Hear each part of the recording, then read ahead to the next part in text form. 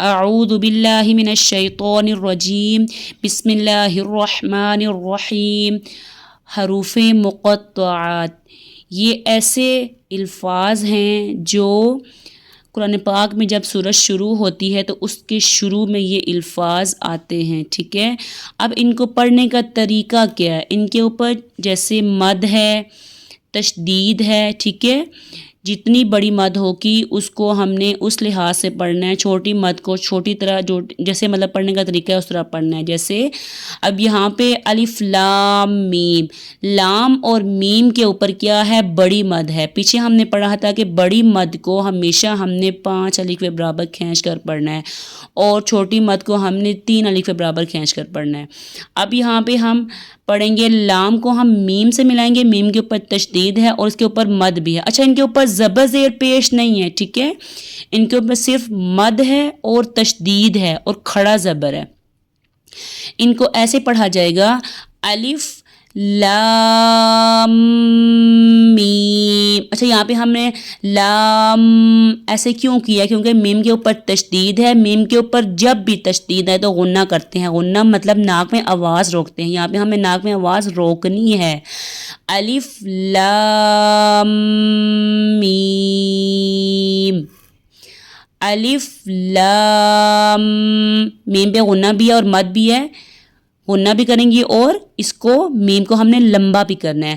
الف لام میم صاد، الف لام را، را کے اوپر کیا ہے؟ کھڑا زبر ہے، کھڑے زبر کو ہم نے ہمیشہ 1 الف کے برابر کھینچ کر پڑھنا ہوتا ہے۔ الف لام را، الف لام میم را۔ کاف کے اوپر بڑی مد ہے، ہا اور یا کے اوپر صرف کھڑا زبر ہے، پھر عین اور صاد کے اوپر بھی بڑی مد ہے۔ کاف ہا یا عین صاد طٰہٰ۔ اچھا، یہاں پہ تو کے بعد سین ہے، سین کو ہم میم سے ملا رہے ہیں۔ جب سین میم سے ملے گا تو سین اس طرح نہیں پڑھیں گے، سیم پڑھیں گے، کیونکہ سین میم سے مل رہا ہے نا، تو اس کا میم، اس کا جو نون ہے وہ سائلنٹ ہو جائے گا۔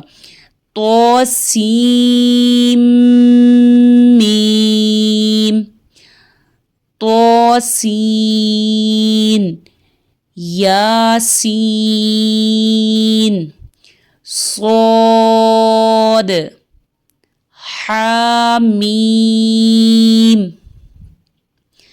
حامیم۔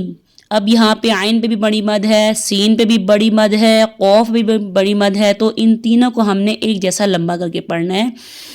جیسے عین سین قاف، قاف نون، ٹھیک ہے۔ اب ہم نے سارے حروف مقطعات پڑھ لیے۔ اب یہ تقریباً یہ سارے حروف مقطعات ہیں، یہ قرآن پاک میں ایسے ہی آئیں گے، کیونکہ ان کے اوپر کوئی زبر زیر پیش کچھ نہیں ہوتا، صرف مد ہوتی ہے، تشدید ہوتی ہے، ٹھیک ہے، یا کھڑا زبر ہوتا ہے، تو پھر اس لحاظ سے ان کو پڑھا جاتا ہے۔